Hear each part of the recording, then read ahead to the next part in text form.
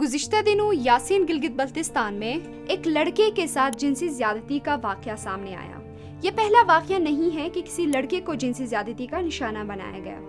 اس سے پہلے بھی اس طرح کا واقعہ سامنے آیا جس میں ایک بچہ اپنے ہی کلاس کے 2 لڑکوں کے ہوس کا نشانہ بنا اور بچنے کے لیے گلگت کے مقام پر دریا میں چھلانگ لگا کر اور اپنی جان خطرے میں ڈال کر خود کو اس عمل سے بچا لیا۔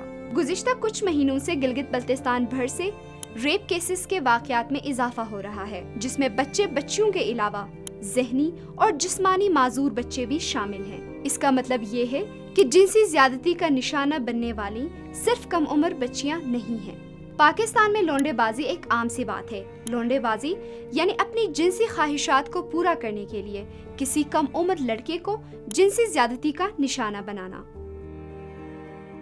مگر افسوس کی بات یہ ہے کہ اس پہ کوئی بات نہیں کرتا اور کچھ لوگ لونڈے بازی کو گلوریفائی کرتے ہیں یا اس پر فخر کرتے ہیں۔ ہمارے معاشرے میں اگر ہم دیکھیں تو گھر کے معمول ضروریات کے لیے والدین کم عمر لڑکوں کو گھر سے باہر بھیجتے ہیں۔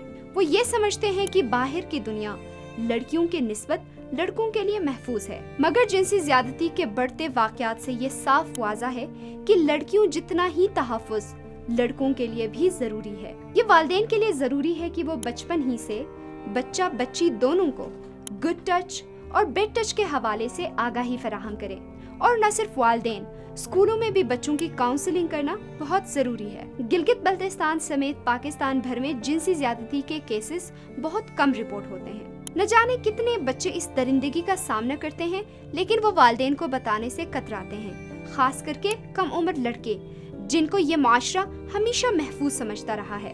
اور اگر والدین کو ان واقعات کا علم ہوتا بھی ہے تو معاشرے کے پریشر یا قانون میں عدم اعتمادی یا ملزم کی طرف سے پریشر کی وجہ سے وہ یہ کیسز رپورٹ نہیں کرتے۔ یہی وجہ ہے کہ دن بدن ان واقعات میں اضافہ ہوتا جا رہا ہے۔